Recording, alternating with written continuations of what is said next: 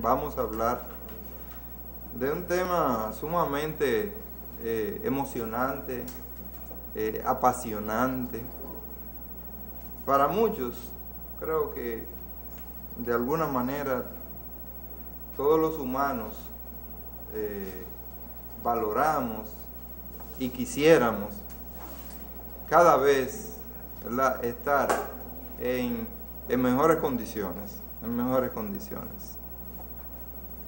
Yo tenía un carro imaginario,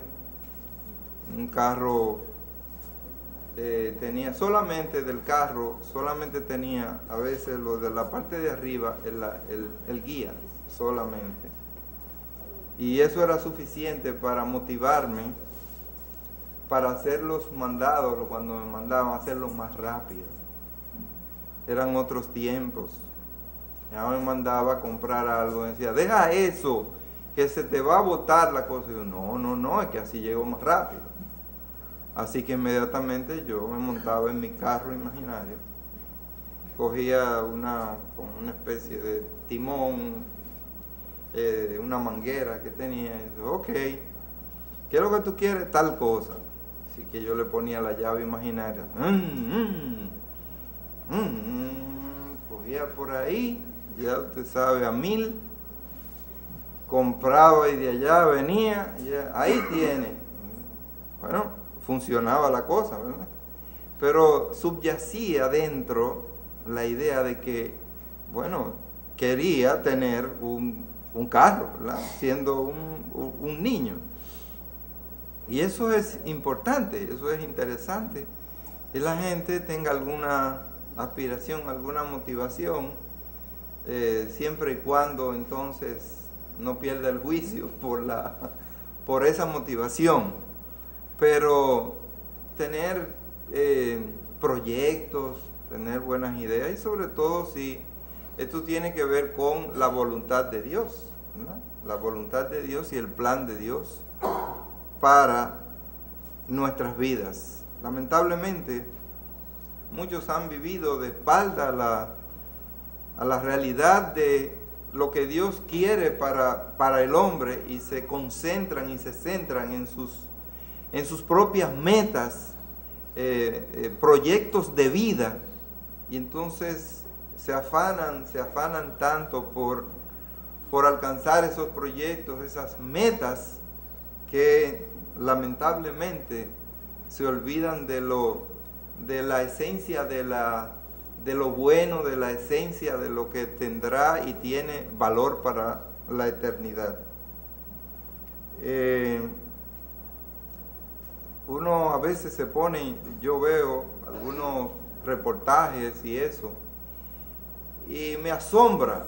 Por ejemplo, estuve mirando las grandes fortunas, cómo han evolucionado las grandes fortunas al cierre del año 2019. Y el año 2019 acabó con unos máximos históricos para esta gente que tiene todas esas fortunas. Fundamentalmente unas 500 personas que son los más ricos del mundo. Y allí ellos dicen que sumaron a sus fortunas en estos 12 meses del año 2019 $1.2 billones, mucho más, ¿verdad? Que, bueno, 1.2 millones de euros, para ponerlo, que es mayor, solamente en el año 2019. Cuando hablamos de billones, estamos hablando de mil millones, ¿verdad? 1.000 millones más a su fortuna. Y entonces dice que elevaron su patrimonio un 25% más de lo que tenían, llevándolo hasta 5.9 billones de euros, según la esa revista o ese estudio de Bloomberg.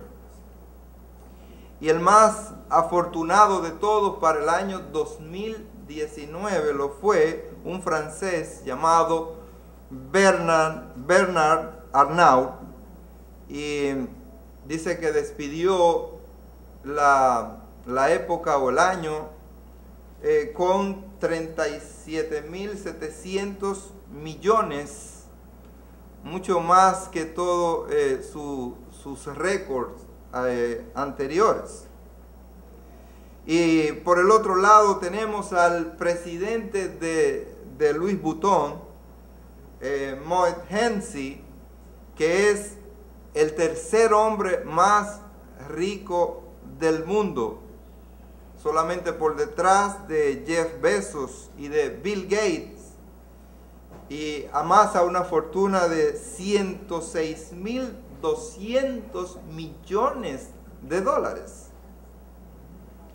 Y hablando aquí de Bill Gates, acaba de hacer una inversión en un juguete, en un juguetito. Él tenía ese deseo y así lo hizo. Así que mandó a construir un yate crucero, un yate lujoso, el más caro de la historia. No ha habido otro más caro que ese famoso yate. Y ese yate costó la suma de 650 millones de dólares. Y allí pues tiene todo lo que usted se pueda imaginar, ¿verdad? Gimnasio, piscina, de todo. Es una mansión en el mar. Y puede acomodar muy fácilmente a todos sus invitados. Dice más de 15 o 16 invitados. Allí pueden deleitarse sin problema alguno en todas sus plantas y todos sus lugares. 650 millones de dólares. Póngase usted y tradúcalo a pesos dominicanos. Pero como usted sabe, el presidente de Amazon no se quedó atrás. Así que él quiso hacer también una pequeña inversión. Y entonces lo hizo en una mansión, pero en tierra. Y hizo una inversión en una casa, 165 millones de dólares. Usted se pone a pensar, pero ¿cómo es eso? ¿Cómo se come eso? ¿Cómo se escribe eso? Porque cuando usted hace ese tipo de inversión en una propiedad, es porque usted tiene, ¿verdad? Pero quintuplicado, mucho más de eso, y sobre todo lo que tiene que ver con impuestos y mantenimiento de esas mansiones tan grandes, esas mansiones tan lujosas. Así que estos magnates se dan ese lujo. El país más grande del mundo no es Rusia. El país más grande del mundo tampoco es Brasil, o el mayor de América Latina. El país más grande del mundo tampoco lo es Estados Unidos, a pesar de que sigue siendo la economía más poderosa del planeta.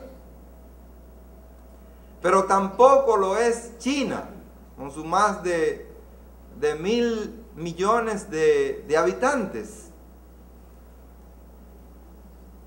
¿Cuál es el país más grande del mundo? Es un país inestable,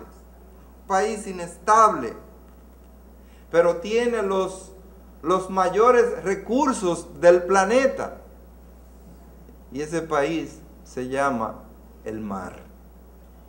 El mar es un vasto territorio, ¿verdad? No solamente lleno de agua y de peces, sino que allí en el mar se esconden grandes tesoros, grandes fortunas, que el hombre, a pesar de todo lo que ha hecho, no ha podido tal vez llegar, hurgar y determinar. Aunque rara vez se habla en términos económicos de los océanos, del mar, ya ha habido estudios para ver qué tantos tesoros, qué tantos recursos, qué tantas riquezas hay en el mar, territorio que ocupa el 70% del planeta. Y un informe del Fondo Mundial, el Fondo Mundial para la Naturaleza, ¿verdad?, ha establecido que en el mar hay fortuna por mucho más de 24,000 millones de dólares. Cualquiera se afanaría y trataría de ver cómo se apropia de esas grandes fortunas. El capital monetario de esos mares, si se fuera a traducir realmente en recursos, en dinero, abarcaría mucho más que eso. Solamente la riqueza en sus alimentos, los alimentos que se pueden obtener del mar, están valorados en unos 2.5 billones de dólares mensuales. Así que hay gente que se ha puesto a investigar y a calcular todas esas cosas porque le apasiona las riquezas. ¿Dónde están las riquezas? Pero tenemos riquezas en todas partes, la tenemos también en el espacio y en otros lugares. Pero nosotros queremos hablar de riquezas mucho más importantes. Y hemos titulado en esta mañana las inmensas riquezas de Cristo. Las inmensas riquezas de Cristo. Pero antes de que comencemos a tratar este tema tan hermoso, vamos a ponernos en las manos de nuestro Señor. Padre bendito, gracias te damos en este día. Gracias por traernos aquí a tu casa. Gracias por darnos, Señor, estas maravillosas riquezas en Cristo. Oh Padre, guíanos en todo lo que vamos a tratar, a hablar. Que tu palabra llegue a nuestros corazones, a nuestras almas, como un bálsamo reconfortante. Nos llene de ti, Señor, nos fortalezca. Seamos exhortados, animados, edificados. Oh Padre, también convencidos de pecado. Guíanos en todo lo que vamos a tratar, en el nombre de Cristo Jesús. Amén. Primero que vamos a ver es la naturaleza de estas riquezas inescrutables. Nos vamos a ir a Efesios, el capítulo 3. Efesios, el capítulo 3, el versículo 8. Dice la palabra: a mí, que soy menos que el más pequeño de todos los santos, me fue dada esta gracia de anunciar entre los gentiles el evangelio de las inescrutables riquezas de Cristo. Vamos a ver primero, como ya les dije, cuál es la naturaleza de estas riquezas inescrutables. La primera que vamos a ver, nos lo dice Pablo, nos lo describe Pablo aquí en Romanos, el capítulo 11, Romanos, el capítulo 11, el versículo 33, dice la Escritura: oh profundidad de las riquezas, de la sabiduría y de la ciencia de Dios, cuán insondables son sus juicios e inescrutables sus caminos. Lo primero que encontramos aquí es, en primer lugar, las riquezas de su sabiduría. La primera riqueza que posee nuestro Señor Jesucristo es la riqueza de su sabiduría.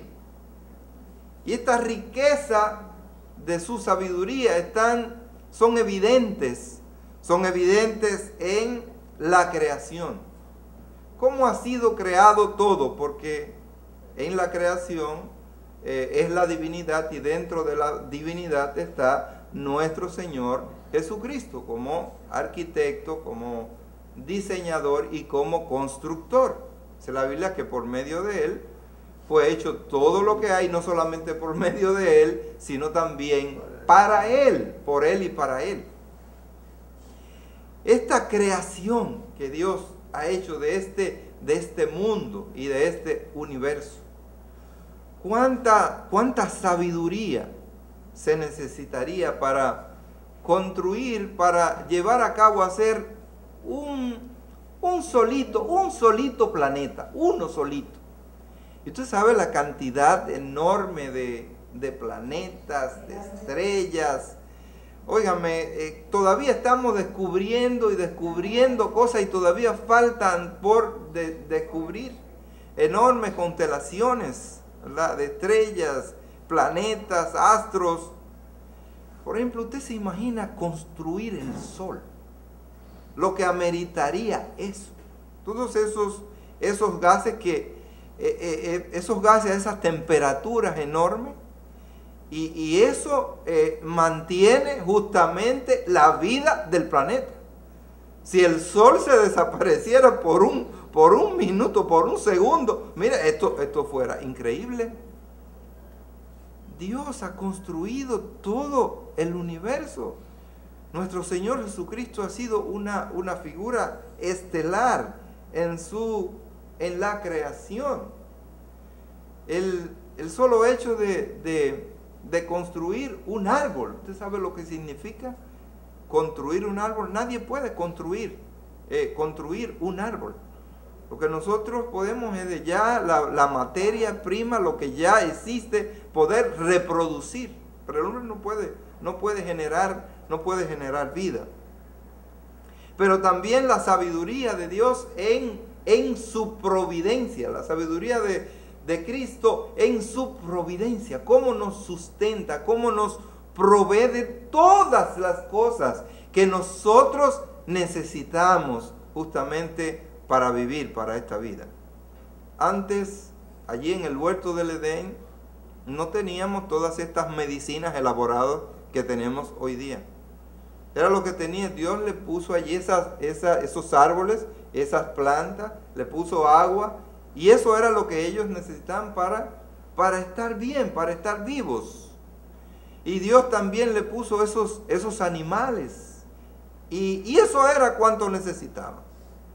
Y el hombre vivía muy, muy saludable, hasta que todo el pecado comenzó a degenerar y a producir cada vez más y más y más contaminación, y el hombre comenzó a practicar la maldad y a inventarse cosas para la destrucción, porque de eso se trata, ¿verdad?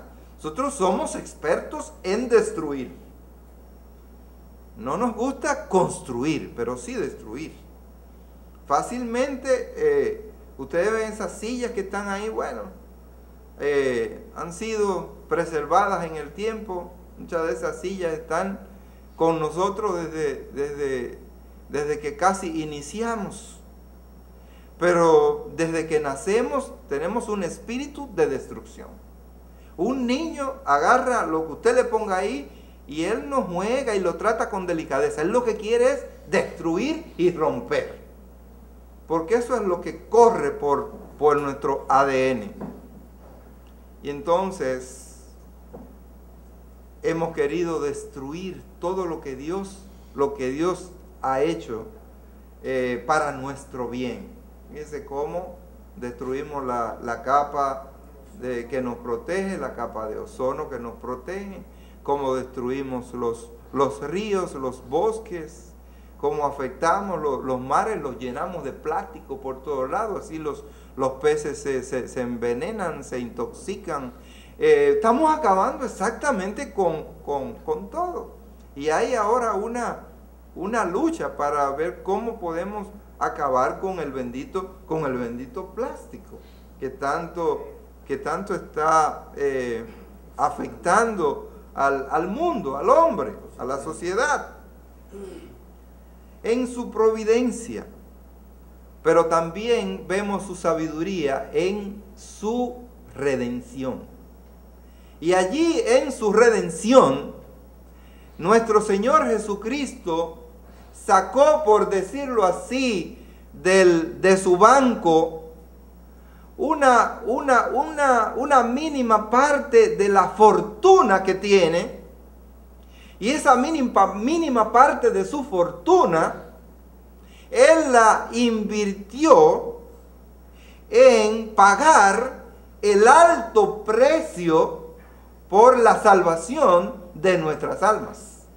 Dice la palabra de Dios que Él pagó un alto precio para nuestra redención. Porque la palabra redención implica el pago de un rescate. Éramos esclavos del pecado, esclavos de Satanás. Y el Señor tuvo que pagar, justamente, sacar y pagar ese alto precio por nosotros. Pero esas riquezas de la sabiduría van más allá de lo que es el conocimiento. El conocimiento es algo que tú puedes aprender. El conocimiento es algo que tú puedes ir descubriendo y puedes ir forjando, convirtiéndolo en ideas, en principios. Y ese conocimiento inclusive puedes memorizarlo. Y ese conocimiento tú puedes impartirlo. Pero hay algo más importante que el conocimiento. Y eso más importante que el conocimiento, tú no lo puedes aprender por ti mismo. Nadie jamás puede aprender a ser sabio. Porque la sabiduría es un regalo de Dios. La sabiduría es un regalo de Dios, mientras que el conocimiento es algo que tú puedes lograr. Tú puedes empeñarte ahora y comenzar a estudiar, escudriñar, leer todos los libros de historia, de filosofía, de todo lo que tú quieras, y puedes alcanzar y almacenar enormes conocimientos en tu mente, en tu memoria. Pero ahora, ¿qué hacer con esos conocimientos? El hombre en este siglo está lleno, no le cabe más conocimiento, pero cada día sabe menos qué hacer con el conocimiento que posee. Y ese conocimiento aplicado es justamente la sabiduría que nos habla Santiago en el capítulo 1, el versículo 5, dice: y si alguno de vosotros tiene falta de sabiduría, no nos manda a escudriñar todas las enciclopedias y todos los libros escritos sobre diferentes temas y materias. No nos manda a hurgar, a investigar y a ir y beber de las fuentes de estos grandes escritores, no nos manda eso. La Escritura nos dice que si alguno tiene falta de sabiduría, dice, pídala a Dios. Pídala a Dios, hermano.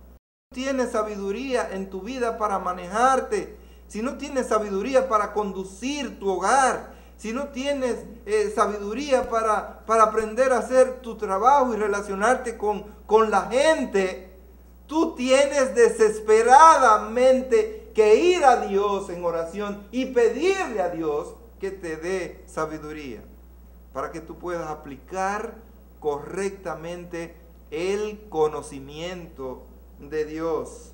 Pídala a Dios. Dice, el cual da a todos abundantemente y sin reproche, y le será dada. Hermanos, necesitamos desesperadamente de la sabiduría de Dios. Y no podemos ir a la farmacia, no podemos ir a través de Amazon o de algún otro lugar para mandar a buscar un poco de sabiduría. Es muy fácil ahora.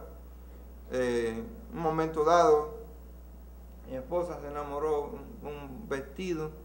Bueno, ese vestido estaba en la India. Así que mi hija se encargó y mandó a buscar el vestido y dio más, ¿verdad?, aviones hasta que finalmente el vestido llegó aquí, no importa dónde esté. Y entonces, en una oportunidad yo vi una chacabana, ¡ay, pero qué preciosa! ¿Y dónde será eso? Dice la hija mía, no importa dónde esté, en qué rincón de la tierra. Vamos a ver. Así que la chacabana llegó y vino a través de qué sé yo cuántos países y llegó aquí. Así que fácilmente, no importa dónde esté, nosotros pudiéramos comprar, pudiéramos pedir, pero ahora no es por ahí, es a Dios. Porque Dios es el exclusivo, Dios es el único que tiene la sabiduría que nosotros necesitamos para manejarnos en esta vida y en este mundo. Y no podemos hacer otra cosa que ir a Dios y pedirle a Dios, Señor, en tu misericordia, yo necesito urgentemente, aunque sea un poquito, pero necesito de tu sabiduría. Hermanos, el verdadero conocimiento y la sabiduría, Pablo le escribe a los colosenses y les dice, oye, a pesar de que ustedes son gente que se preocupan por el conocimiento, se preocupan por todo lo que se ha escrito acerca de filosofía sobre todo, pero ¿qué dice Pablo? Un hombre bastante estudiado, leído, que dice que estudió a los pies de Gamaliel, un hombre, un erudito de la filosofía, del saber. Dice Pablo en el capítulo 2, los versículos 2 al 3 de Colosenses, para que sean consolados sus corazones unidos en amor, hasta alcanzar todas las riquezas de pleno entendimiento, a fin de conocer el misterio de Dios, el Padre y de Cristo, en quien están escondidos todos los tesoros de la sabiduría y del conocimiento. Hermanos, todos los tesoros, hablamos ahorita de tesoros, de muchas riquezas en la tierra, en el mar, en todas partes, debajo de la tierra, en la naturaleza, en sentido general. Pero ahora estamos hablando de verdaderos tesoros. Y dice que todos los tesoros, todos, están escondidos en Cristo. Si usted quiere ser rico, usted puede serlo en Cristo. Si usted tiene a Cristo, usted tiene parte de las riquezas de Cristo. Y esas riquezas en Cristo verdaderamente llenan. Porque las riquezas de este mundo no llenan. Usted puede conseguir una cantidad enorme de dinero y decirme, ¿cuánto tú necesitas ahora?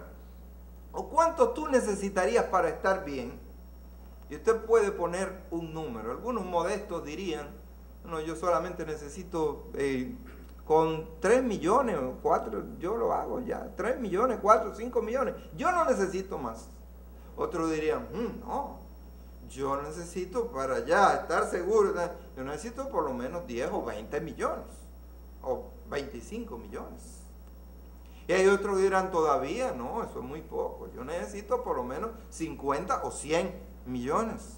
Pero usted sabe lo que va a suceder al cabo de un tiempo, después que usted tenga esos 50 o 100 millones. Usted lo va a querer, ¿qué? Duplicar. Entonces no va a tener tiempo para la iglesia ni para las cosas del Señor, porque ahora se va a empeñar en duplicar eso que usted tiene. Porque así somos nosotros. Eso es por naturaleza. No nos cansamos de desear. Y algunos dirán, wow, pero el que se cansa de desear está muerto. No, no es eso. Nosotros tenemos que desear, pero qué bueno que lo que deseamos sí tenga alguna repercusión para la eternidad. Porque lo que no tiene repercusión para la eternidad son deseos vanos. Son deseos que se esfuman en el tiempo y con las adversidades, ¿verdad?, de la naturaleza. Las riquezas de la sabiduría. ¿Cuánto falta sabiduría, hermanos? A veces enfermamos y morimos por falta de sabiduría. A veces no tenemos, digamos, victoria, no tenemos paz ni felicidad en el matrimonio porque no tenemos sabiduría. Porque a veces no sabemos las cosas que convienen y las cosas que no convienen hacer o decir. A veces perdemos nuestros trabajos, ¿sabe por qué? Por falta de sabiduría. ¿Cuántas cosas perdemos en el mundo? A veces perdemos amistades por falta de sabiduría. Hermanos, la falta de sabiduría fue justamente identificada por Salomón cuando era prácticamente un adolescente. Y cuando él vio lo que le esperaba, gobernar un reino con tantos problemas, él dijo, yo no necesito ahora en primer lugar, yo no necesito dinero, yo no necesito, ¿qué es lo primero que demanda o pide un gobernante para iniciar? No necesito dinero, sin dinero yo no puedo. ¿No? Y todos, en todas partes del mundo, necesitan y reclaman, necesitan dinero. Y hacen préstamos y se meten en préstamos porque necesitan dinero. Ahora Salomón dice, eso no es lo más importante. Lo primero, lo que me falta a mí, reconozco, es sabiduría. Cuando Dios le dijo, pero dime lo que tú quieres, dime, pide por tu boca. Seguramente que casi todos nosotros hubieron, Señor, primero dame, Chelito, dame. Necesito eso primero. Salomón le dijo, Señor, yo necesito desesperadamente sabiduría para gobernar este pueblo. El Señor le dijo, bueno, pues mira, has comenzado muy bien por cuanto has pedido sabiduría, ahora vas a tener mucho más que sabiduría. Porque cuando usted pone las cosas en el orden correcto, como debe ser, entonces todo funciona, todo fluye. Si usted pone a Dios donde va en primer lugar, todo lo demás fluye, porque dice la Escritura que, ¿qué cosa? Más buscar primeramente el reino de Dios y su justicia, y todas las demás cosas os serán añadidas. Y no especifica, sino dice todas las demás cosas. Pero ¿qué hicimos primero? Colocar las piezas en el orden correcto. Primero, Dios. Y ahora, ¿qué hace Salomón? Dice, necesito sabiduría. Eso es lo más importante. Y ahora Dios entonces dice, ahora tendrás no solamente sabiduría, sino tendrás riquezas. Y tú tendrás no solamente riquezas, sino fama y reconocimiento de todo el mundo, por todas las edades. Gente que nada más son famosos por un momento, ¿verdad? un minuto de fama. Te lo llevan a un gran show o algo y se presenta y dice, allí estoy, donde me está mirando todo el mundo.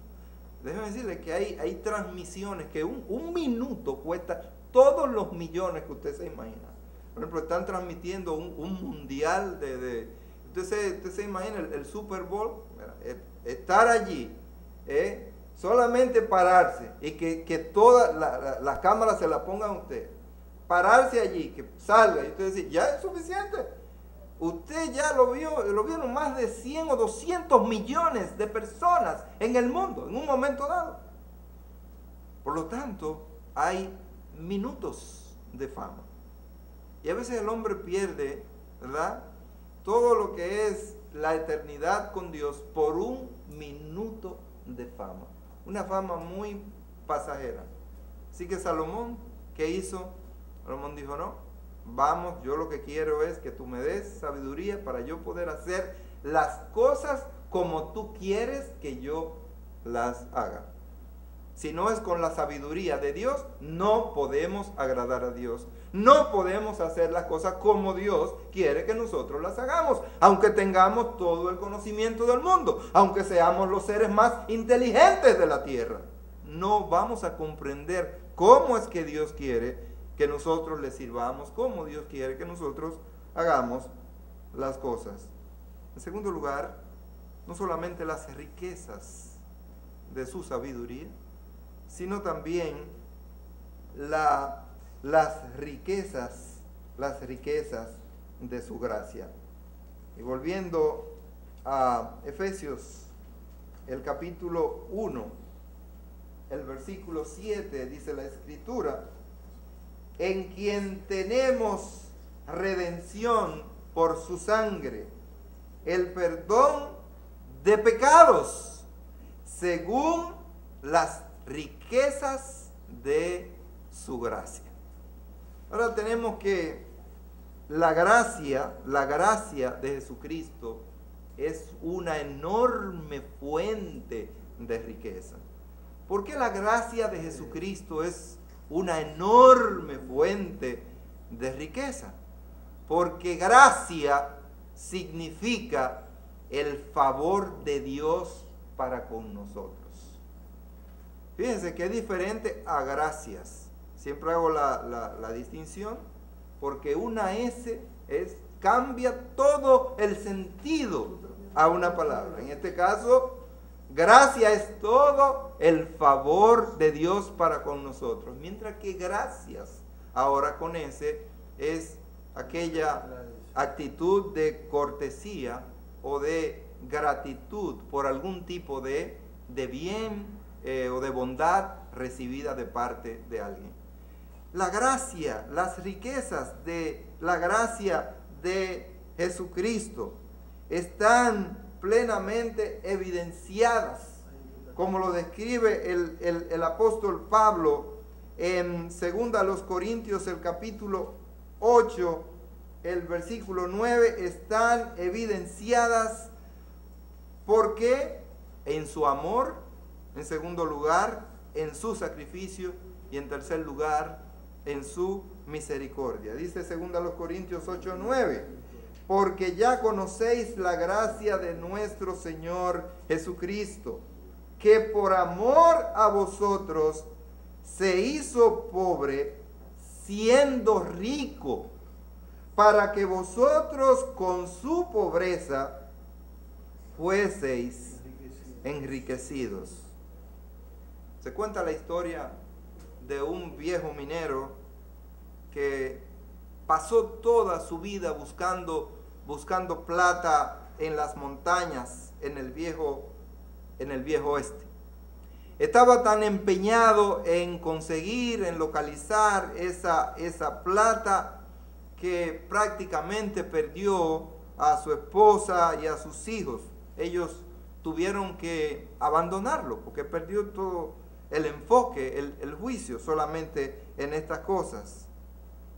Cuando murió, como ha de suceder cuando nosotros perdemos el foco, el juicio, entonces vinieron muy pocas personas a a su entierro. Y allí, cuando llegaron al lugar donde vivía, encontraron justamente una nota, y él solo dijo que allí debajo de donde él pernoctaba, que se pusieran a cavar, porque allí se encontraba todo un tesoro, y allí pudieron ver ese material gris y lustroso que comenzó a aparecer, y entonces allí descubrieron el famoso Comstock Silver Vein, es decir, la mina de plata de Comstock, la más rica en la historia de California. Justamente ahí estaba, y ese minero murió como un pordiosero, a pesar de que ciertamente conocía y ya sabía que él era un multimillonario, y lo fue por mucho tiempo en su vida, pero nunca podía hacer nada ni podía convertir esas riquezas para su bien. Él no sabía realmente cuán rico era. Y todo creyente en Cristo Jesús es un billonario espiritual. Dice la palabra de Dios aquí que nuestro Señor Jesucristo se hizo pobre y murió por nosotros, para que nosotros con su pobreza fuésemos enriquecidos. Con su pobreza, ¿en qué sentido? Su pobreza, ¿en qué consistió la pobreza de nuestro Señor Jesucristo? Porque por un lado nos dice que Él es el dueño de todo lo que hay, de la plata y del oro. Y ahora nos dice que se hizo pobre y murió siendo pobre. ¿En qué consistió esa pobreza? Esa pobreza consistió en el despojo de toda la ambición, de eso que nos llena a nosotros los humanos. Y prefirió justamente la vida humilde, una vida simple y sencilla, reflejada desde el mismo momento en que puso su pie en la tierra hasta el día en que murió. Se despojó de todo y vivió exactamente como uno más, como un humilde, pero sin pecado, para darnos ejemplo. Para darnos ejemplo de lo que es la verdadera riqueza. El creyente, que es un hijo del rey, muchas veces anda por ahí, por las calles de este mundo, como un mendigo, siendo rico. Como un mendigo, siendo rico. Hermanos, no solamente es las riquezas de la sabiduría, y también las riquezas de su gracia, sino también, en tercer lugar, las riquezas de su gloria. Las riquezas de su gloria, expresadas allí cuando Pablo le escribe a los filipenses en el capítulo 4, el versículo 19, les dice: mi Dios pues suplirá todo lo que os falta conforme a sus riquezas en gloria en Cristo Jesús. Riquezas en gloria. Jesús era rico en posesiones.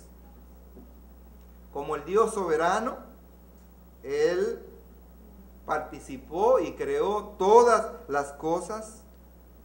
Todas las cosas le pertenecen a Él.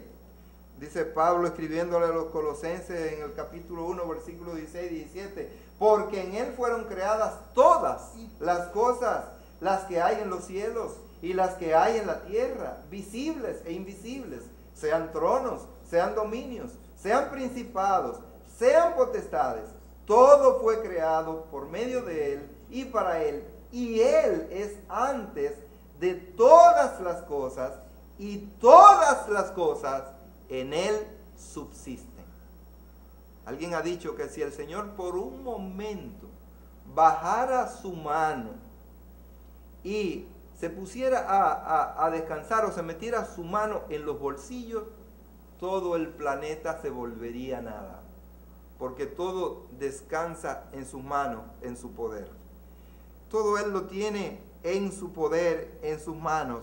Él, rico en posesiones, todas las cosas eran suyas, pero Él no solamente es rico en posesiones, pero también Él es rico en el servicio. Hermano, pero ¿cómo es esto de que nuestro Señor también Él era y es rico en el servicio? Mire, si nosotros por un momento nos vamos a Marcos y leemos un poquitito nada más en el capítulo 1, los versículos 12 y 13 dicen: y luego el Espíritu le impulsó al desierto, y estuvo allí en el desierto 40 días, y era tentado por Satanás, y estaba con las fieras, y los ángeles le servían.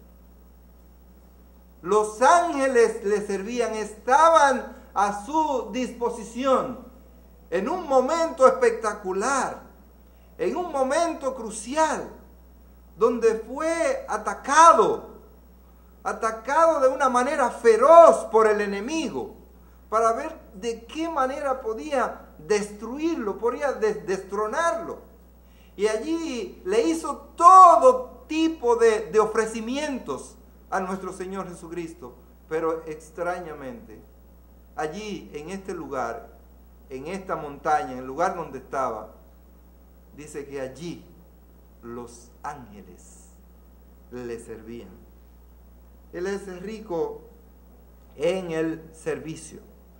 Todos los ángeles, millones y millones de estas criaturas, están a su disposición. Y qué importante es eso, mis hermanos, porque hay gente que con una o dos personas que le sirvan se creen que son los dueños del mundo. Nuestro Señor Jesucristo tenía para su servicio todos los ángeles, nada más necesitaba mandarlo e inmediatamente estaban listos para su servicio. De tal manera, y dice que en un momento dado, cuando allí lo iban a apresar, y allí estaba Pedro con un grupito, y él creía, bueno, van a tener, para poder agarrar a nuestro Señor, a tener que matarnos a todos nosotros, decía él en su ímpetu. Y déjeme decirle que ellos usaban una espada, él tenía su espada. Así que cuando él vio el cuento mal parado y se acercó este hombre, sacó su espada y le tiró por la cabeza a matarlo. Pero apenas le agarró, óyeme, una oreja y se la cortó.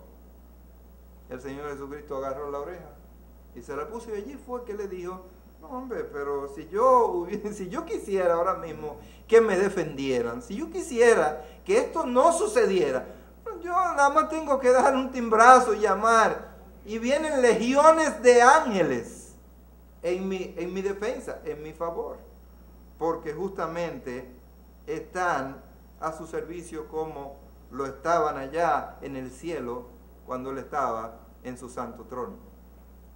Pero él no solamente es rico en posesiones, es rico en servicio, sino que también él es rico, y era rico en honor y gloria. Era rico en el cielo, en gloria, en su oración. En Juan 17:5 menciona y dice: aquella gloria que tuve contigo antes que el mundo fuese. Allí estaba el Señor en su gloria, una gloria que no es comparada absolutamente con nadie. Y para venir aquí a la tierra, Pablo le escribe a los filipenses y dice que él tuvo que despojarse de esa gloria. No era posible Él llegar con todos esos galones aquí a la tierra y poder tratar con nosotros los hombres en nuestra condición, y mucho menos dejarse humillar de la manera en que sucedió.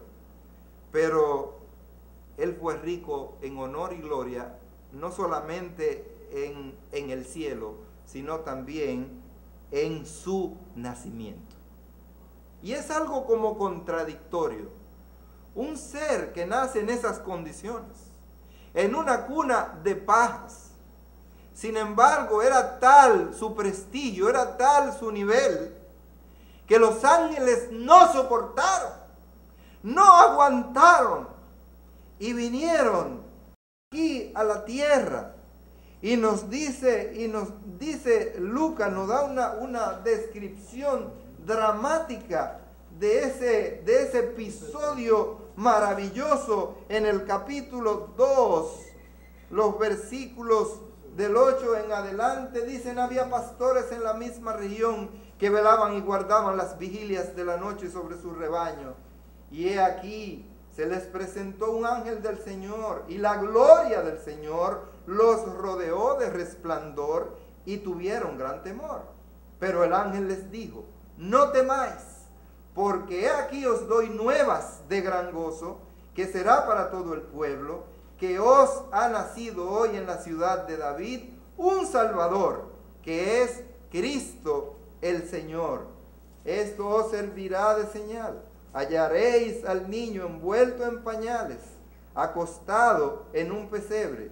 Y dice la Escritura: y repentinamente apareció con el ángel una multitud de las huestes celestiales que alababan a Dios y decían: gloria a Dios en las alturas, y en la tierra paz, buena voluntad para con los hombres.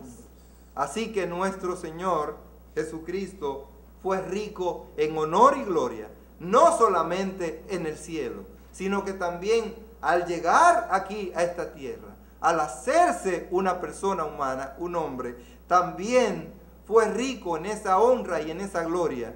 Cuando vinieron esas huestes, no sabemos qué cantidad enorme, nunca para ninguna persona se ha producido algo así, que esas huestes hayan decidido, ¿verdad?, que un coro como el tabernáculo se reúna y le cante con más de 400 integrantes y no sabe cuántas voces, y canten que parece un coro celestial, pero nada imaginable a lo que sucedió con estos seres cuasi perfectos que vinieron y le cantaron al Señor esta alabanza, esta canción que tenemos aquí, que nosotros también le hemos puesto música.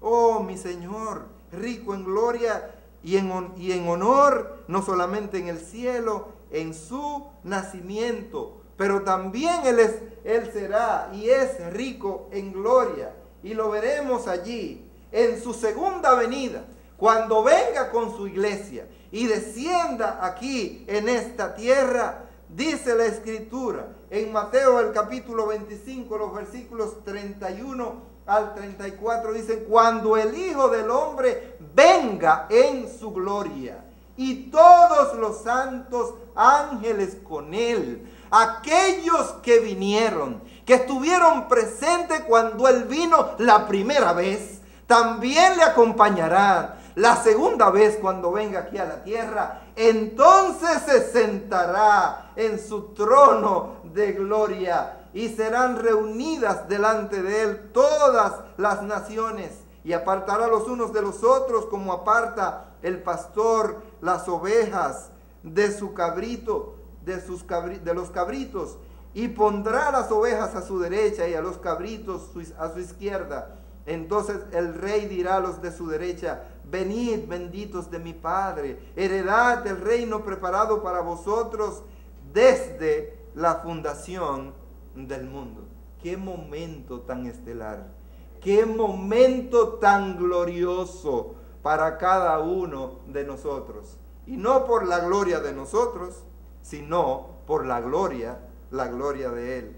déjenme decirle que Él también es coigual y coeterno con el Padre. Él tiene los mismos atributos que el Padre. Él merece y tiene la misma gloria que el Padre, a pesar de que Él siempre reclama la gloria para su Padre, la gloria para su Padre, pero Él merece y es digno de toda gloria, de toda honra y de todo honor. Y esa gloria del Hijo, nosotros la vemos manifestada cuando el escritor allí de los Hebreos quiere darnos una pincelada de ese ser maravilloso, de ese ser glorioso que se llama nuestro Señor Jesucristo.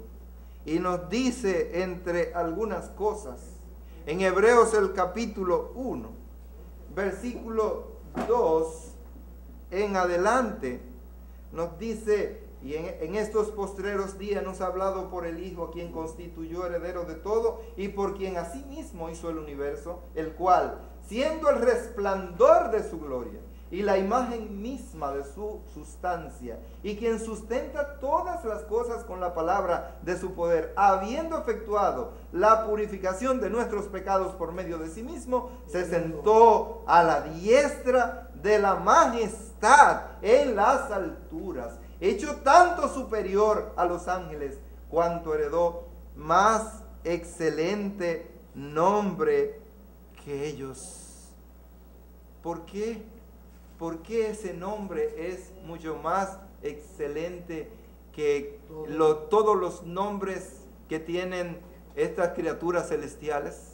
Mire que algunos de ellos tienen nombres interesantes. Arcángel Miguel, tienen Gabriel, muchos nombres, pero ese nombre que Dios le puso a su Hijo, es un nombre superior, es un nombre excelente por el significado de ese nombre. Ninguno de los nombres de esos ángeles, ninguno significa que ellos salvarían a nadie, pero el nombre de Jesús significa que Él salvaría a su pueblo de su pecado. Por lo tanto, heredó, Dios le puso un nombre mucho más excelente que a todas sus criaturas. Y dice el versículo 5, porque a cuál de los ángeles dijo Dios jamás: mi hijo eres tú, yo te he engendrado hoy, y otra vez yo seré a él padre, y él me será a mi hijo. Y otra vez, cuando introduce al primogénito en el mundo, dice: adórenle todos los ángeles de Dios. Hay una orden de parte de Dios, de parte del Padre, para que todas las criaturas celestiales, todas absolutamente, le rindan la honra y la pleitesía a su Hijo. Por eso cuando Satanás, que era una de esas criaturas que estaba allá en el cielo, el jefe de esos ángeles, estuvo aquí en la tierra, el Señor Jesucristo le exigió la adoración que su Padre había determinado desde los cielos.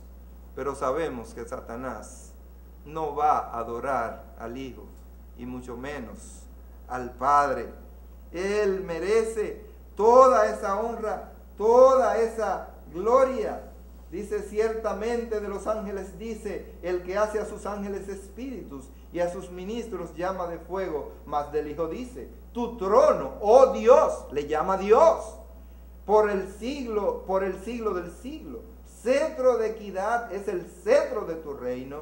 Has amado la justicia y aborrecido la maldad, por lo cual te ungió Dios, el Dios tuyo, con óleo de alegría, más que a tus compañeros. Pero en segundo lugar, quiero que veamos los beneficiarios de estas riquezas. Dice que estas riquezas, ¿verdad?, Dios la dio a través de Jesucristo para los gentiles. Para cada uno de nosotros, los que no somos judíos, nos dio esas riquezas. Y esas riquezas pueden ser tomadas, pueden ser logradas, poseídas por todos los hombres en este mundo. Pueden alcanzar esas riquezas. No fueron exclusivas para una nación, sino para todos los hombres.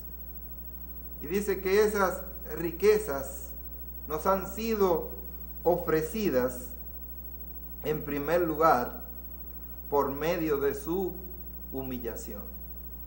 No es fácil llegar a ser rico y darle a alguien, ofrecerle a alguien riqueza a través de la humillación.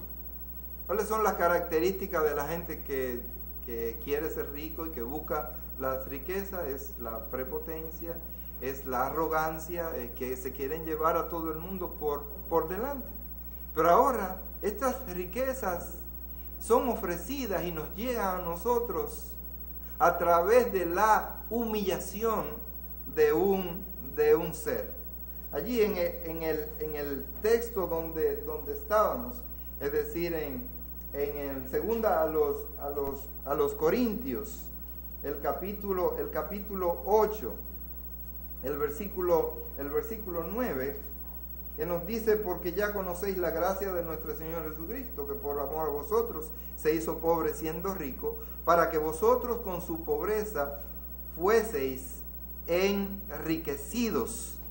Y en este contexto, Pablo nos quiere explicar de qué manera fue que Cristo se humilló y se despojó a sí mismo de toda esa gloria, de toda esa honra, de toda esa fama, de todo ese poder, porque Jesucristo tenía todo el poder, toda la autoridad, toda la soberanía, toda la gloria y toda la majestad que alguien se puede imaginar, como lo reconocen todos esos escritores, incluyendo a estos del Antiguo Testamento y a otros en el Nuevo Testamento.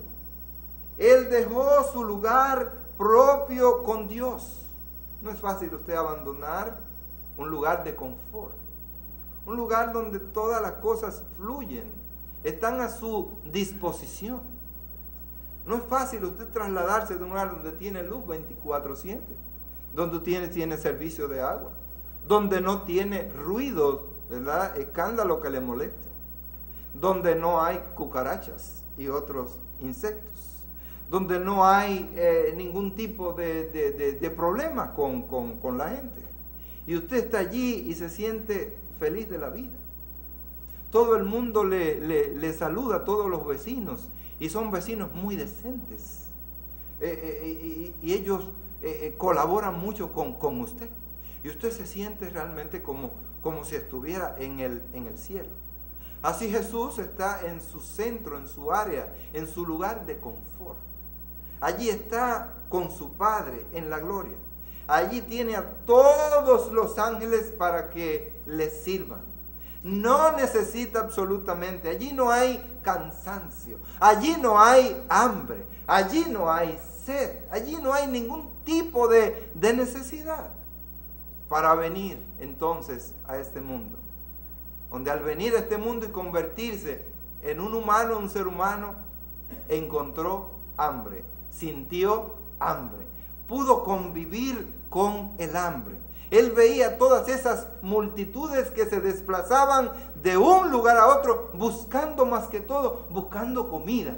Estaban hambrientos. En un momento determinado dice que nuestro Señor Jesucristo sintió cansancio, porque Él también era un ser humano y tuvo que sentarse en un lugar.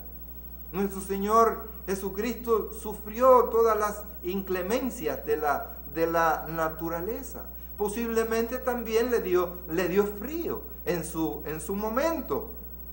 Hermano, y todo ello lo dejó el cielo para adoptar esa forma humana y morir en la cruz de una manera horrible, terrible, ocupando el lugar que nosotros ciertamente merecíamos y merecemos.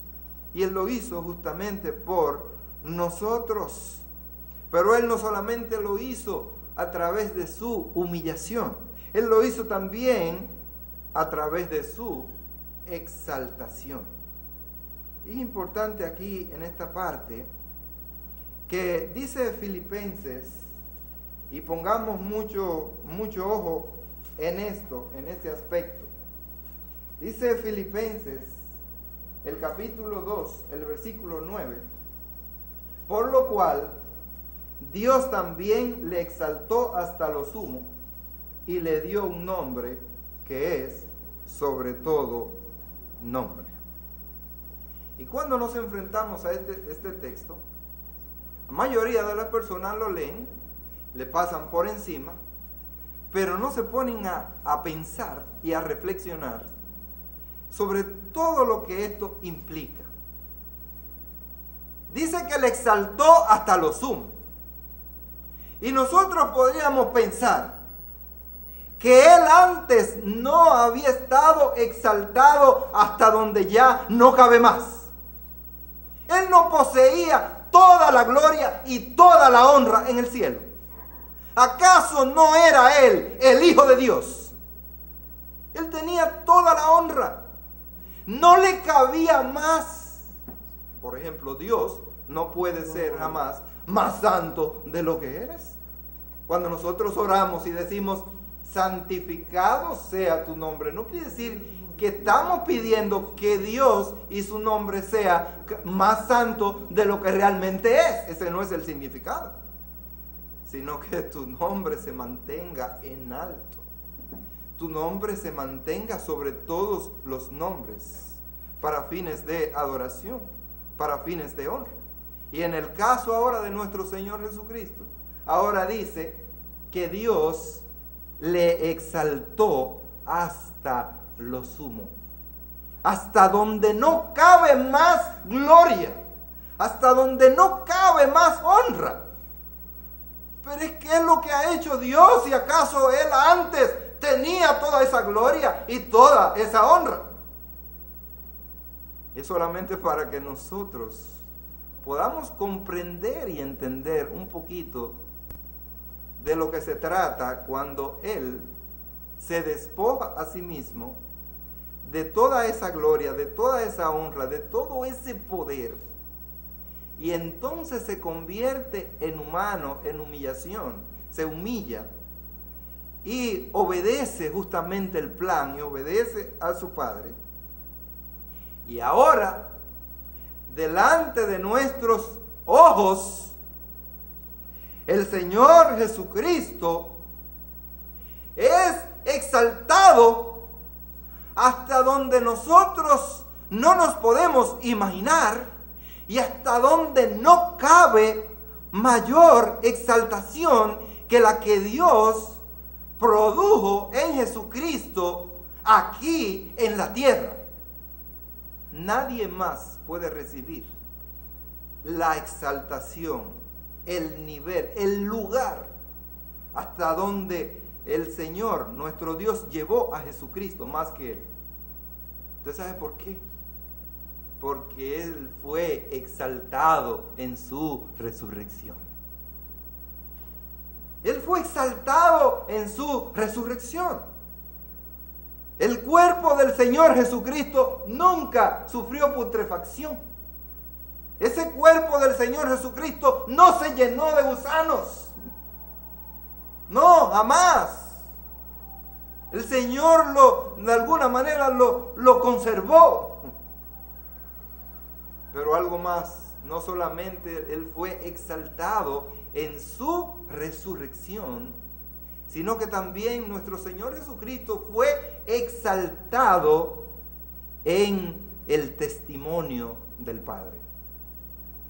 ¿A cuál de los seres humanos en alguna ocasión ha oído una voz desde el cielo que Dios haya dicho en su voz audible lo que Él dijo con relación a su Hijo Jesucristo?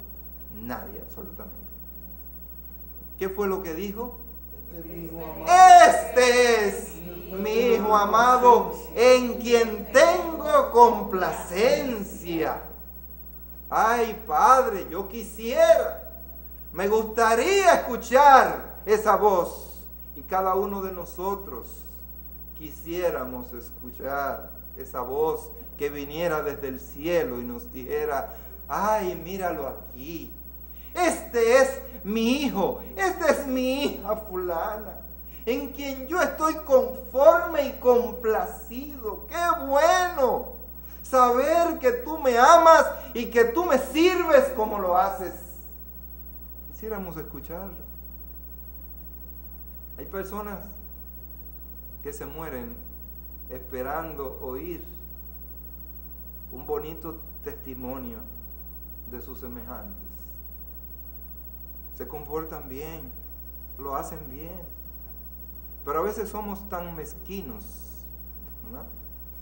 Hasta en la familia, un buen padre o un buen hijo que se porta bien quisiera escuchar de sus padres no solamente los reproches, sino escuchar: mi hijo querido, mi hijo amado, cuánto te amo, qué bien te comportas, qué bien lo hiciste. Qué palabras que llegan a lo profundo de nuestras almas.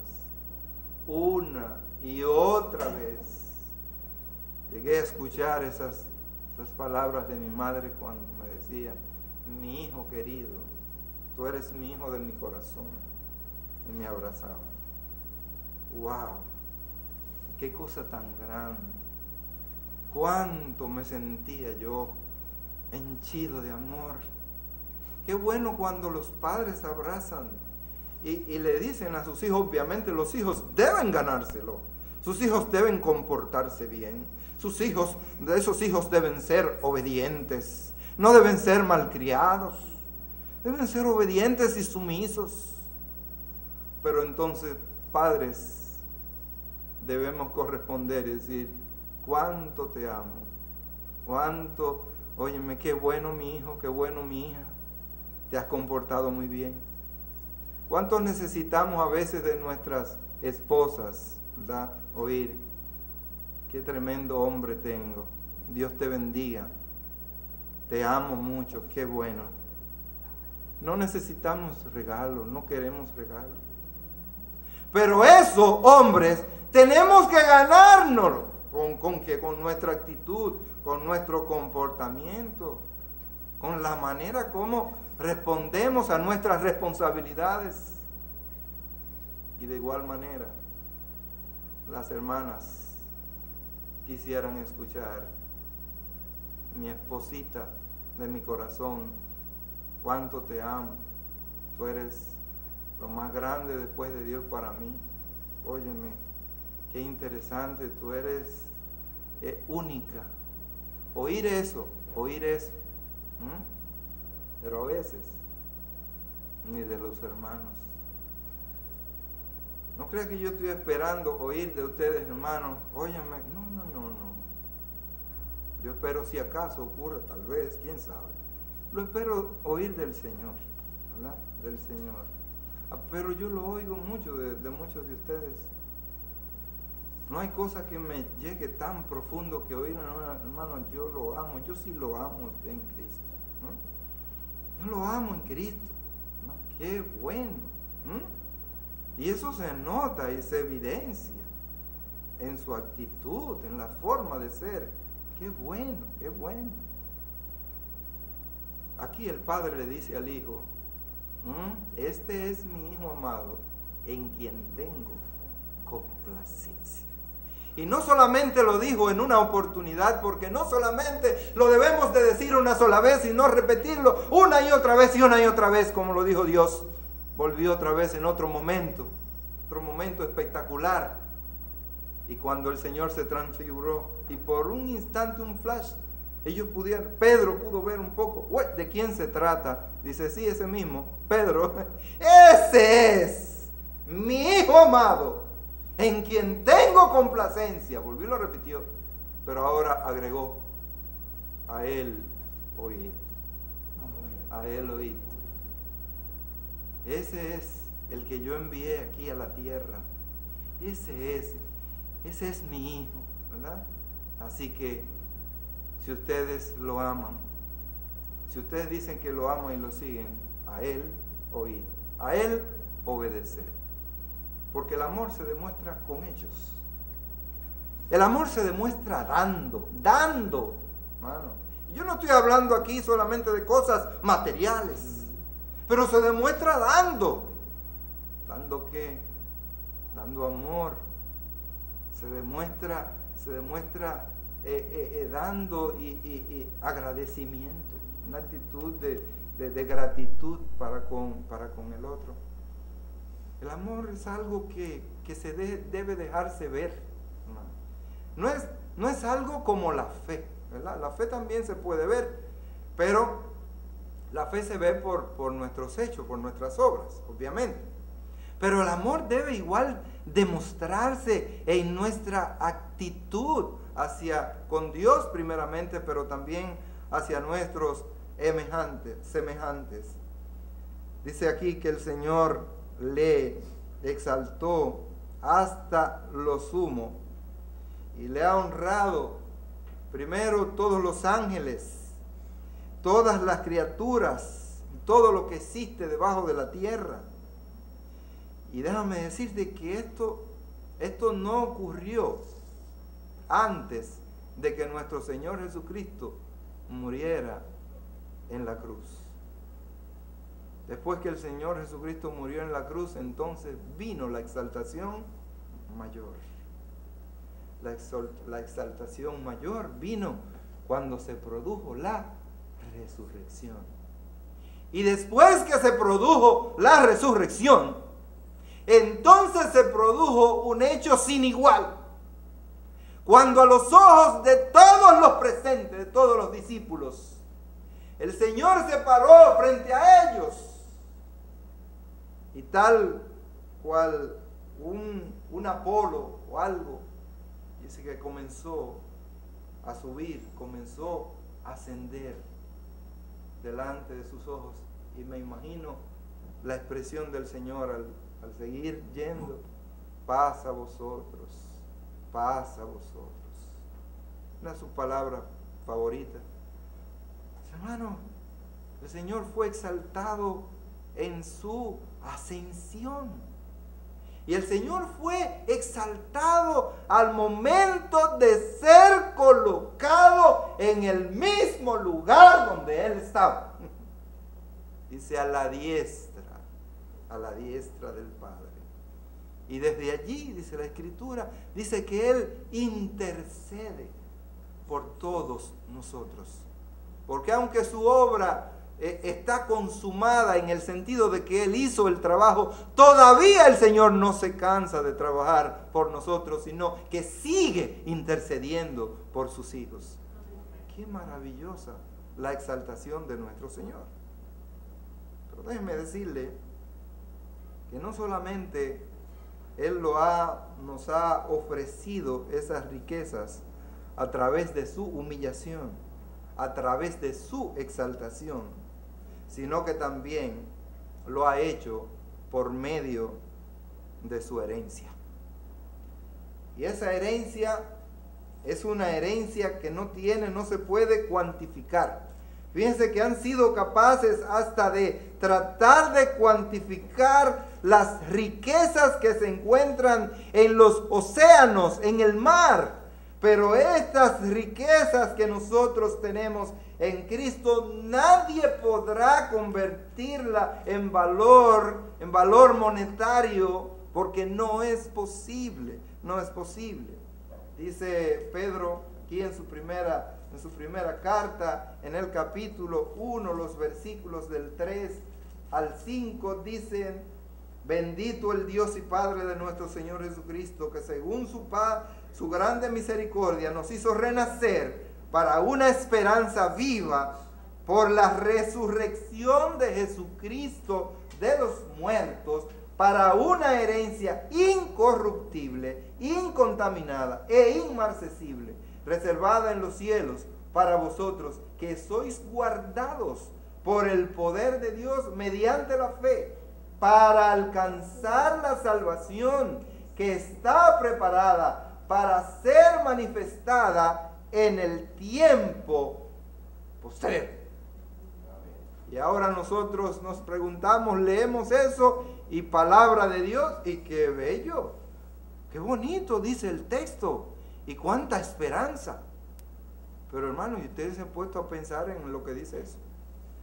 Dice que eso, que nosotros somos guardados para alcanzar la salvación que está preparada para ser manifestada. Hermano, y ya la salvación no nos fue manifestada. ¿Acaso ya los que hemos creído en Cristo no somos salvos? ¿Por qué dice el texto que esto está preparado para ser manifestado? Hermanos, lo que pasa aquí es que todavía nosotros no sabemos lo que tenemos. Hay gente que tienen cosas que no saben lo que tienen. Miren, no saben a veces ni la utilidad. Yo he visto gente que compran celulares de última generación, que te hacen miles de cosas, y usted le pregunta, ¿qué es lo que tú haces? Oh, llamar y recibir llamadas, y mandar mensajes y recibir mini mensajes. Ya no saben más nada, pero tienen un celular, lo último, de última generación. No sabe para qué. No sabe para qué lo tienen. Ellos pudieran tener cualquier, un celular pequeño de eso, un maquito de eso, y con eso pueden resolver su asunto, pero ellos tienen un celular de última generación. Y hay gente que se empecinan, y yo me acuerdo cuando comenzaron a llegar las jipetas. En mi pueblo, un señor muy adinerado, un tipo adinerado, y entonces él compró esa primera jipeta, y cuando compró esa jipeta le dijo, bueno, este vehículo, le decía él a la gente, a los mecánicos, ¿verdad? Yo no sé ahora dónde que yo lo voy a llevar, porque este vehículo es todo por botón. Y dice, y a veces yo ni sé lo que puedo hacer, porque yo no sé, todo por botón. Si va a subir el cristal, ya llegó, era por un botón. Y le va a poner seguro a la puerta, era por un botón. ¿Sabe que antes había que ponerle seguro a cada una? Y era ahí que había que bajarle una cosita. Ahora todo es por botón. Pero ahora hay vehículos, hermanos, que son completamente electrónicos y digitales. Y todo lo que usted va a hacer es por medio de algo, tocar allí, tocar aquí, hablar, lo que fuere. Algunos que dice, cuando se paran en la puerta, fulano, y una vez y abre la puerta reconociendo la voz, o sencillamente abre la puerta con un código, ya, y se abren todos los seguros. Y cuando usted entra, déjeme decirle que el guía, el timón está guardado, y usted entonces con un código o algo, se pone el guía, y ¿sabe qué hace? Que se ajusta en el lugar apropiado para usted. Pone en el lugar preciso. Y si usted va a una velocidad, lo puede estar. Yo quiero ir a tanto. Es más, le puede poner el piloto automático. Y le mantiene, bueno, una velocidad constante en un tramo y todo. Es más, ahora vamos más para allá. Es que usted lo puede programar, el vehículo, y usted montarse en el asiento de atrás y decir, yo voy para tal sitio. Y sin ningún chofer y sin nadie que lo conduzca, y lo lleve exactamente al lugar que usted ha determinado, programado que vaya, sin manejar nada. Y todo esto está ocurriendo, ¿verdad?, en el mundo, y es algo increíble. Bueno, hay gente que pudieran comprar uno de estos vehículos, estas cosas, y después no saben qué van a hacer con ella. Mire, pasan tanto trabajo que hasta lo dañan. Sí, lo dañan. Me acuerdo una licuadora, una lavadora una vez, estaba nuevecita, y la tenía una señora y dice, mira, pero esto no sirve, lo acabado de comprar. No, doña, usted la dañó. Estaba forzando tanto unos botones y una cosa, pero que no es así la cosa. Y a veces hay mucha gente que no sabe, no aprecian lo que tienen. No apreciamos a veces una buena esposa que tenemos, no la apreciamos, no sabemos lo que tenemos hasta que finalmente no se nos va. No apreciamos una buena madre, no la sabemos hasta que la madre parte y se va con el Señor. Entonces apreciamos la buena madre que teníamos. O sea, debemos apreciarlo ahora. No apreciamos un buen padre. No apreciamos esa salvación que el Señor nos ha dado. Sino cuando no nos vemos en una situación de dificultad en la vida, comenzamos a pedir y hablar con el Señor. Hermanos, esa herencia es una herencia, tremenda herencia, el Señor nos ha dado. Y esa salvación que dice aquí, que está preparada para ser manifestada en el tiempo postrero, se refiere fundamentalmente, ¿sabe a qué? Al gozo pleno, perfecto de la salvación. ¿Usted sabe por qué ahora nosotros no tenemos un gozo pleno y perfecto de la salvación que nosotros tenemos en Cristo? No lo tenemos por la carne. No lo tenemos por el pecado que nos asedia. No lo tenemos por las aflicciones por las que tenemos que pasar en la vida, por los dolores, por las aflicciones de todo tipo. Y a veces decimos, pero Señor, un día quiero tener descanso en ti. Pero un día esa salvación será realmente manifestada. Nosotros podremos experimentar ese gozo perfecto, porque podremos disfrutar a plenitud. ¿Sabe por qué a plenitud? Porque no tendremos este cuerpo de miseria, este cuerpo de carne, sino un cuerpo glorificado, donde ya no habrá más dolor, ni más sufrimiento, no más lamento, nada más. Entonces esa salvación que hoy nosotros tenemos, un día allá, la vamos a poder disfrutar y apreciar en toda su magnitud. Hermanos, y eso es maravilloso. Es una herencia. Dice que un señor había trabajado por 7 largos años en el mismo puesto y con el mismo sueldo. Y un día se armó de valor y fue donde su jefe. Ya tengo 7 años aquí, haciendo lo mismo. Y es más, con más trabajo. No avanzo. No tengo nada. ¿Qué yo puedo hacer? Dice el liduvino, le dijo, ten paciencia, mi hijo. Recuerda que todos empezamos desde abajo y que en la vida a veces hay un proceso para conseguir y lograr las cosas, y en algunos es más lento que en otro. Ten paciencia.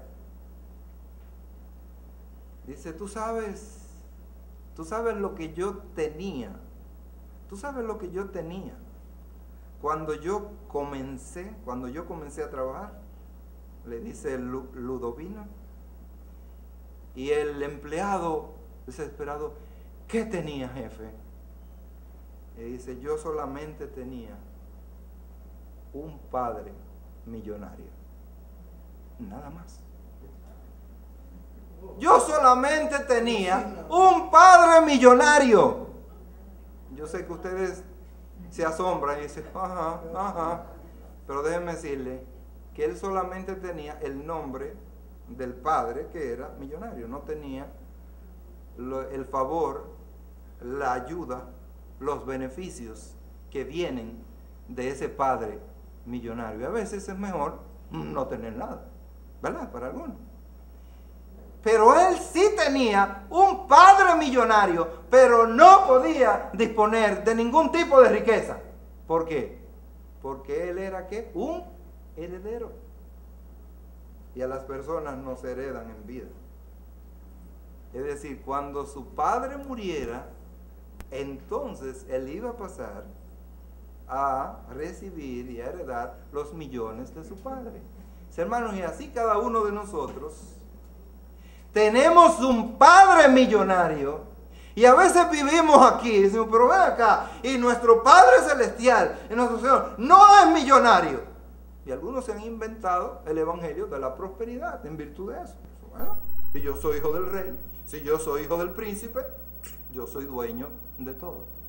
Y se han inventado eso mucha gente como justificación para entonces tener el último carro, el último todo, la última cosa, porque yo soy hijo del rey, ¿verdad? Y muchos pastores han llegado ahí. ¿Y por qué usted tiene ese Mercedes-Benz de último? Porque yo soy hijo del rey.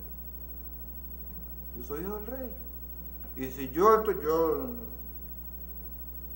Bueno, mis hermanos, sí, somos hijos de nuestro Padre Celestial que es millonario, pero recuérdense que es una herencia. Y hay personas en este mundo que son millonarios en herencia, pero usted le dice ahora, ¿tú tienes para...? No, no tengo un centavo, no tengo en qué caerme muerto, porque ¿qué es lo que tengo? Una herencia. Hermanos, nosotros tenemos una herencia cierta, pero no solamente tenemos una herencia cierta, sino que también tenemos la gracia de nuestro Señor Jesucristo. Y esa gracia de nuestro Señor Jesucristo es una gracia que nos llena de sabiduría, porque es una gracia de toda sabiduría.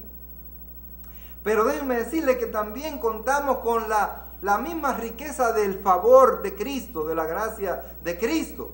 Nosotros también contamos con la riqueza de la gloria de Cristo. Y déjenme decirle que nosotros somos gloriosos también en Cristo Jesús. Porque aunque no hemos ya muerto y resucitado con Cristo, para Dios ya eso es un hecho. ¿Sabe por qué es un hecho? Porque Él nos llamó, Él nos predestinó. Dice la Biblia que Él nos justificó y al final dice, y también nos glorificó, nos santificó y nos glorificó. ¿Y sabe qué quiere decir glorificó? Nos llenó de gloria. ¿Cuándo vamos a ser llenos de gloria? Cuando lleguemos allá. Pero para Dios es un hecho. Es como si ya hubiese ocurrido. No solamente hemos visto en esta mañana, ¿verdad?, la naturaleza de esta riqueza, los beneficios de esta riqueza, sino también la forma para la obtención de esas riquezas. Dice finalmente Apocalipsis, hablándole aquí a el mensaje a una de las iglesias, le hace una recomendación, como la misma recomendación que en esta mañana tengo para ustedes. En el capítulo 3, el versículo 18, dice, por tanto yo te aconsejo que de mí compres oro refinado en fuego, para que seas rico, y vestiduras blancas para vestirte, y que no se descubra la vergüenza de tu desnudez, y unge tus ojos con colirio para que veas. Hermano, unge tus ojos con colirio para que veas cuán rico eres tú en Cristo Jesús. Cuán rico eres. Nosotros no tenemos idea de las riquezas de Jesucristo en nosotros. Por eso somos hijos del Rey. Nosotros somos hijos del Príncipe. Nosotros tenemos todas las riquezas de Cristo en nosotros. Por eso es que Pablo se lo escribe a los Efesios y Pedro lo reitera, que hemos sido bendecidos, todas las bendiciones en Cristo Jesús. Que compres colirio. Lo que tienes que comprar es colirio para aclarar tu vista espiritual y saber de quién eres hijo tú. ¿Quién es tu Padre? Tú eres hijo del Padre Celestial. El Señor Jesucristo estuvo consciente de esa realidad, de esa paternidad. Él sabía que Él era el Hijo de Dios. Y a pesar de las dificultades de este mundo y de todo, nada de esto le afligió ni le quitó a él esa fe, esa certeza de quién él era. ¿Y sabe qué más? ¿Y hacia dónde volvería? ¿Hacia dónde volvería? ¿Y hacia dónde volvía? Al lugar que él tenía antes de venir aquí. Hermanos, nosotros pasamos por momentos difíciles, es verdad, pero sepa que usted es un hijo del Rey y que el Señor lo va a colocar en un puesto de preeminencia, en un lugar inimaginable para nosotros. Pero déjame decirle que tú debes comprar, pero cuando vayas a comprar, déjame decirte, qué bendición que no tienes que llevar algo que la gente necesita cuando va a comprar. Necesita dinero líquido, necesita tarjeta, necesita solvencia. Tú no necesitas absolutamente nada de eso. Dice Isaías 55, 1 y 2, a todos los sedientos, venid a las aguas, y los que no tienen dinero, venid, comprad y comed. Venid, comprad sin dinero y sin precio vino y leche. Dos alimentos sumamente importantes y básicos: vino y leche. ¿Por qué gastáis el dinero en lo que no es pan y vuestro trabajo en lo que no sacia? Oídme atentamente y comed del bien, y se deleitará vuestra alma con grosura. Hermanos, podemos venir y comprar. ¿Cómo vamos a comprar? Sin dinero. ¿Qué es lo único que necesitamos? Esa disposición del corazón.